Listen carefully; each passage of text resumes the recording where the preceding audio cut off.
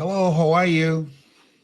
I want to talk to you about investing in you. This is a different time. This is a very different time. And I encourage you to think about this, to invest in you.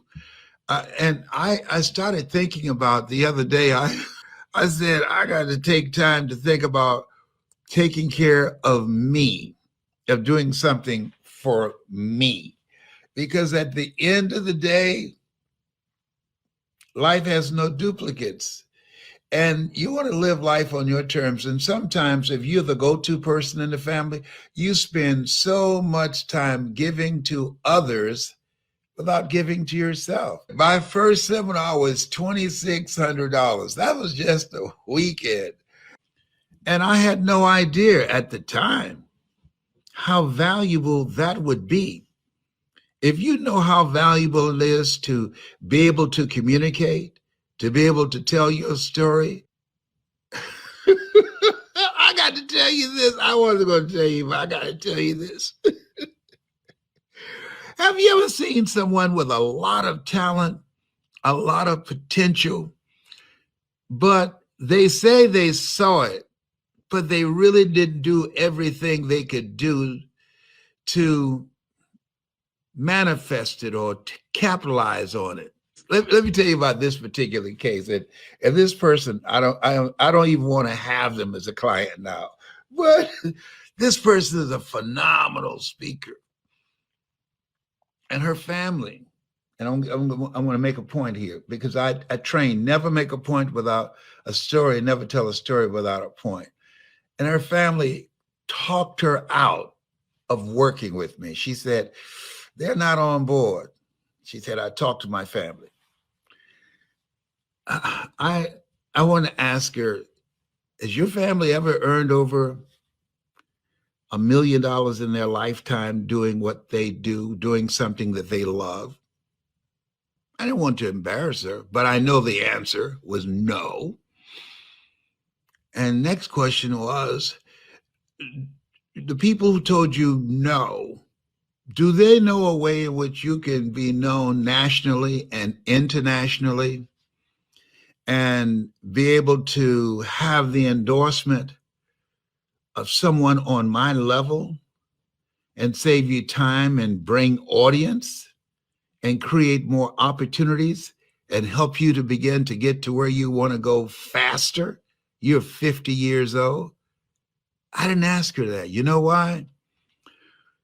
A person convinced against their will is of the same opinion still. Here's something, the point that I want to make here. Don't get opinions for people that are on your level. It's on your level. No. Why? Because you take on their lifestyle. I don't care how smart they are. If they haven't done what you want to do, if they haven't earned $70,000 an hour doing what you want to do, and if you have a direct contact with someone who's doing that, you have their phone number, that's a no-brainer. But it is for some people. This person, they'll never be able to connect with me again. Why? I got too many people who can see it. See, you have to seize the opportunity and the lifetime of the opportunity. When I started out as a speaker, listen, Dr. Norman Vincent Peale wrote, Les Brown has a rare gift. He was called the dean of motivation. He wrote the book, The Power of Positive Thinking. I never had his phone number. I only spoke before him on stage, and I spoke to him behind the curtains, but I never had his phone number. Zig Ziglar, I never had Zig's phone number. I spoke on stage before Zig, and we would talk briefly behind stage. But these guys, they didn't share with me, here's how I developed my message. Here's who helped me. Here's what you need to do to become known nationally and internationally. They didn't share that with me. But because why? Because the criteria for me and for them, it was different. I applied for the same company that spent millions of dollars promoting Tony Robbins around the world every hour. I sent them my material. You know what they said? Oh, we don't believe the American public is ready for a Black speaker. I sent them a letter back. Thank you for reminding me that I'm Black. I'll see you from the top. I had the complexion of rejection. They had that Tony, he had the complexion of connection. So he could get people to spend money on him. They wouldn't even consider me. I'm talking about 1980. When I decided to do this, nobody was on stage looked like me. Now there are thousands all around the world, people from all walks of life. Why? Because I broke the ice. You want to do something? I didn't go and ask people who didn't do what I wanted to do, what do you think? What do they think? No, write this down. Answer the call on your life. This was calling me. See, what you're seeking, it's also seeking you, just like you're coming across me right now. That's no coincidence. I believe what you're seeking, it's also seeking you. People say opportunity knocks on every door. Maybe. But I also believe that opportunity stands by silently, waiting for you to recognize it. And this place where we are, where over 40 million people have lost their jobs, this place where we are, over 864,000 people are applying for unemployment compensation. And this place where we are, there are thousands of people waiting 2 and 3 miles in line for food, for handouts. Hey, I know what it is. I remember when Reverend Ed Graham from Mount Zion Baptist Church knocked on our door and gave us a food basket. I remember asking Mama, who is that man who brought us the food basket? Reverend Ed Graham, Leslie. And I watched him. He was about 6'2". I said, when I become a man, I'm going to be just like him. I'm going to help families just like him. And I aspired to do that, to use my skills. He was a great orator. He and Father Theodore Gibson, he was the first African-American on the city council, Miami City Council. Boy, he was a great orator. And I wanted to be like him. And Malcolm X and Dr. King. And I listened to them. Adams Clayton Powell, keep the faith, baby, out of New York. I wanted to be like those dudes. Those were some bad dudes. Those back in the day when speakers were speakers. Dr. Howard Thurman. The primary question that one must ask oneself in life. Number one, where am I going? Number two, who's going with me? And if you ever ask those questions in the wrong order, you'll be in serious trouble. Dr. Howard Thurman, let me tell you something. They don't make them like that no more. Do you hear me? He is a mentor of Dr. Martin Luther King Jr. and Albert Schweitzer and Mahatma Gandhi. He wrote The Centering Moment. Deep is the hunger. Dr. Howard Thurman, oh my goodness. Woo! Incredible. I studied people. Winston Churchill, the truth is incontrovertible. Malice may attack it, ignorance may deride it, but at the end, there it is. I studied people. Zig Ziglar, if you give enough people what they want, they'll give you what you want. Jim Rohn, your life can be an example or it can be a warning, an example of what to do or a warning of what not to do. I studied all these dudes. Yes, because my goal was not to just be a speaker. My goal was to be a dominant speaker. And everybody don't apply for my program. Why? Because it's not for everybody. I want people who can feel what I feel, who live a heart-centered life. I talk about that in my book, You've Got to Be Hungry, who want to be a dominant speaker.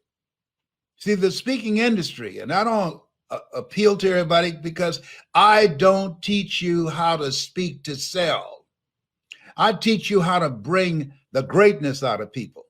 When you bring the greatness out of people, when you're able to transform an audience individually and collectively, they're going to want your products. But I don't let that be the dominant factor in my life, because I am who I am because somebody sold me on me. Mr. Leroy Washington, young man, someone's opinion of you does not have to become your reality. He was an incredible communicator. So when I teach somebody, I take years off their learning curve because I've studied this. This is my calling. A job is what you get paid for. A calling is what you're made for. You want to master something, whatever area it's in. You want to be with somebody that's what they do. That's who they are. I was born to do this. I was born to do this. This is my making. And you were born to do something. And I encourage you to go for it. And I encourage you, don't talk to family members and friends about what you should do. It's your life. Make a decision. I want to do this because this is me. And don't do it because you want to make a lot of money. I wasn't looking to make a lot of money when I started doing this. I was looking to help people. I volunteered and spoke and gave many speeches on a volunteer basis. When it's something is your calling, you love it so much you do it for nothing. And you do it so well that people will pay you to do it. And after a while, I was doing it and got better and better. And somebody gave me a $50 love offering. I said, thank you. Wow. I wasn't making $50 an hour on my job. I'm telling you, I just wanted to make a difference. And I feel good when I speak. I don't get paid to do this. You sign up for my program, fine. If you don't, it's okay. I got people to play with that I enjoy, that we have fun together. Then I've only got a limited number of people that I have ready to go to my next summit. And so we're not doing bad. But I said, I want to build a legacy. That's where I am now. You learn, you earn, and you pass it on. I'm looking for people that they heard my voice and it made a difference for them. I'm looking for people who that's in their heart. They say, hey, I want to do that. I want to help people. I want to make a difference in people's lives. There are thousands of people and children who will be displaced, children along with their parents who will be homeless, people who never dreamed something like that would ever happen to them. Each voice has an energy signature. Listen to me. Each voice has an energy signature.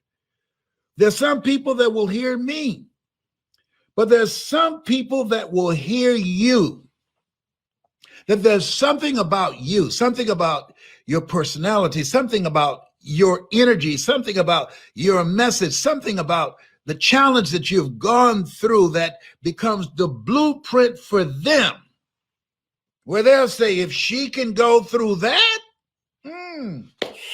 I can make it through this. To God be the glory. Listen, when you hear some of the testimonies of people who get on the phone and I mean on the Zoom that I help them with their story, let me tell you something. I don't drink or smoke, but I sure been thinking about it. Let me tell you something. And I worked with it. I delivered the message. He said, man, he said, this is crazy. How'd you do that? Well, I was born for this. That's how I did it. But they're amazed that I take their story. So I let them tell their story first. And I listen and I take notes. Mm-hmm. Yes. See, you can't you can't see the picture when you're locked in the frame. When you're in the frame, you can't see it. There's stuff that I'm going to see that you can't see. Even if you're looking in the mirror at yourself as you practice. Why? Because those are untrained eyes looking back at you. Or when your friends say, oh, you're real good. Well, ask them, will they write a check to pay you? No. Oh, my goodness. Oh, boy. This thing called life. And right now, you want to make some money moves. When I decided to be a speaker, I looked at where I was and I saw all the changes taking place in broadcasting. I made a money move. I say, how can I use my talents, my voice, my story in a different way? My communication skills in a different way. And why, Les? Because it's better to have money and not need it than to need it, not have it. So you have to ask the what if question. What if my morning show is syndicated? I asked that question and it wasn't long after that. It was syndicated. It was eliminated. Technology will eliminate over 47 million jobs.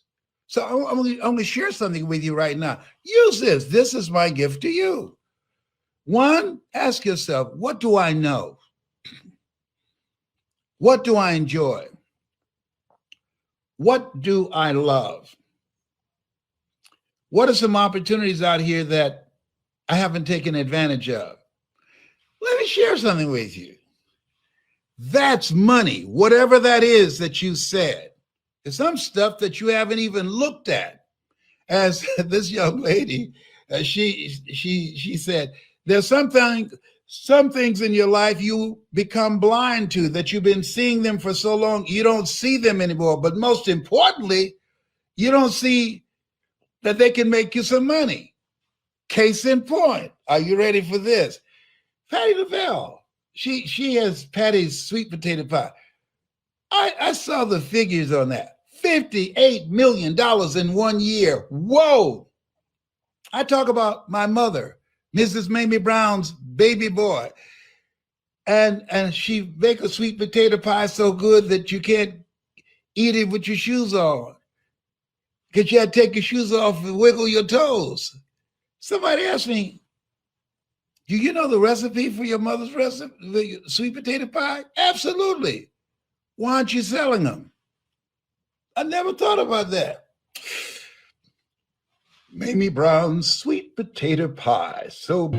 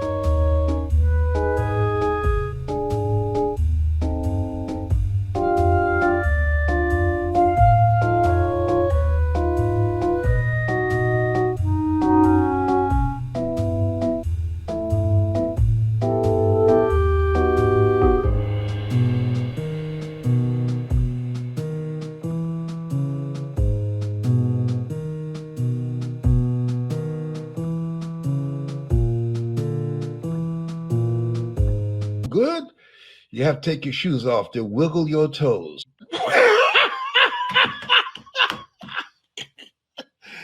more out here. Yes, everybody know about Mamie Brown and her boy, and he talk about her sweet potato pie. There's more out here for Patty and for me. There's Colonel Sanders chicken, and what other chickens they got out there? They got all kinds out here. It's enough for everybody. See, it's never a shortage of money, just a shortage of thinking. I didn't think about it. I didn't think. Somebody said to me, why aren't you doing that? And I got something special I'm going to do with it. I'm not going to tell it now because you'll run with it out there before I get it out there. I can tell you how to make money with your voice that will amaze you. And all of it is not where somebody pay you to speak. I got paid to train some people in 1 month, Monday through Thursday, using my voice. My voice gave me credibility. My voice showed them I'm a resource person. And in 1 month, I made $640,000. The average American earns $240,000 in their lifetime. The most money up to that point that I'd ever made was $70,000 in a year. Now I make that in an hour.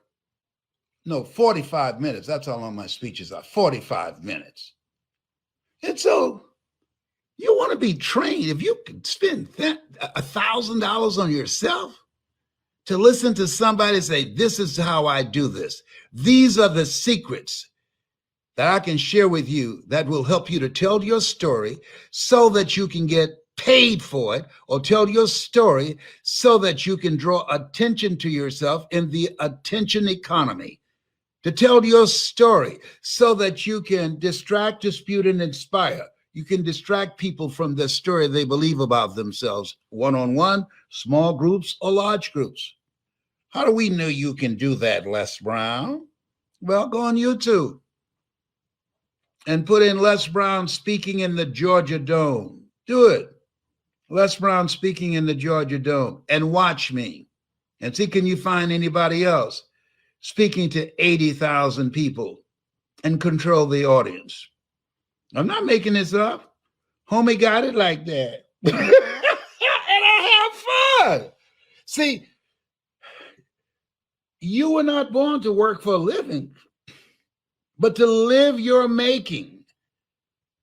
A job is what you get paid for. Your making is what you're made for. That calling on your life, you were made for something to do that. And you have to experiment with life until you find your superpower. That's why the book of life says your gift will make room for you. I have the gift of gab. And anybody who knows me, no, I'm always talking smack. Okay? There's a card game called Bid Whiz. Used to be called It Whiz. But because my last name is Brown, starts with a B, and because I run so many Bostons, they named it Bid Whiz. They put the B there in honor of me. No, he didn't go there. Yes, he did. Yes, he did. I played chess. They call it Hess because when I started playing it, my middle name is Calvin.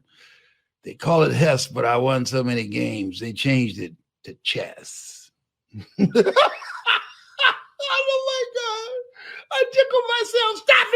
Stop it. Why you laugh so much? With all this stuff going on, we got to laugh about something. I said, you know what? And I'm going to motivate you. You better run.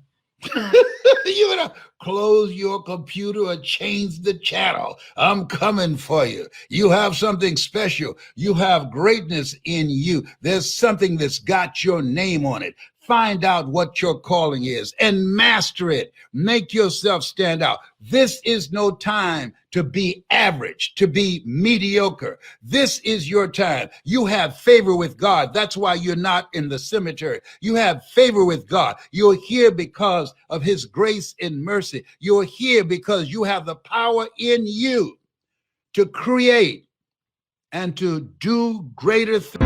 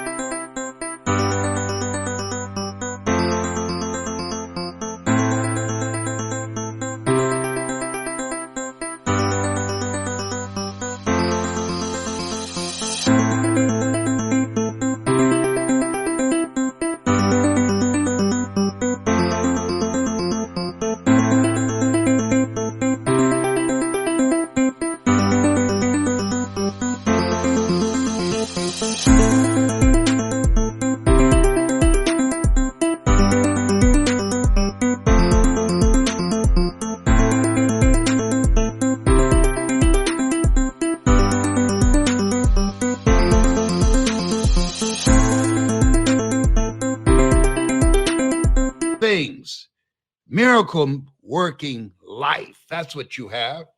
God is ready to do some miracles in your life, regardless of where you are.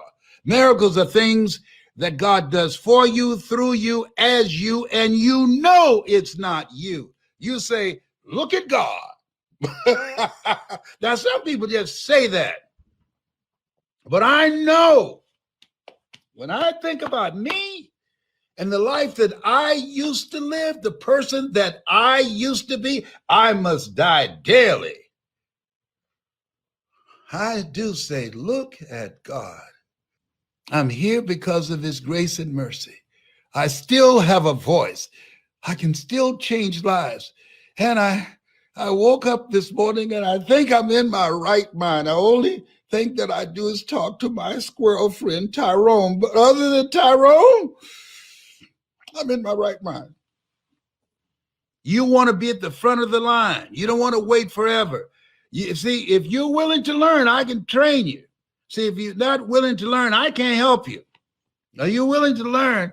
Listen to me. No one can stop you. I was willing to learn. Mike Williams, teach me, brother. I want to learn how to do this. And I'll get mine. I'll get mine. Just teach me. See, the Bible says watch as well as pray. See, you got to move with a sense of urgency. The journey of the broke, a job? You think there's some security in a job? I don't think you got the memo. You know, if people working on a job that they hate and they're scared, get knots in their stomach, scared to open up an email. Is that a life for you? Well, I got a job now. And is it you? No. Why are you doing it? To pay the bills? Does that give your life a sense of fulfillment? Just to pay the bills? To survive? You were not born to survive. You're made in the likeness and image of God. You've been given authority and dominion over everything on the face of the earth. Throw your net on the other side. If you're not willing to learn, no one can help you. But if you're willing to learn, no one can stop you. Reinvent yourself. Rethink your life. And put in the work. Nothing works unless you work. Most people, oh, I tried. It didn't work. Yeah, well, try and sit down. You either do or you don't. You know how I got here? I'll work everybody. Yeah, Will Smith, he talked about that. You got to be willing to work. I run circles around these young bucks. Are you kidding me? A young broom sweep clean, but old broom nowhere to go. Oh, behave. Whatever. You make me Randy, baby. I have a ball doing this. Oh my God. And I get paid for it. Am I dreaming?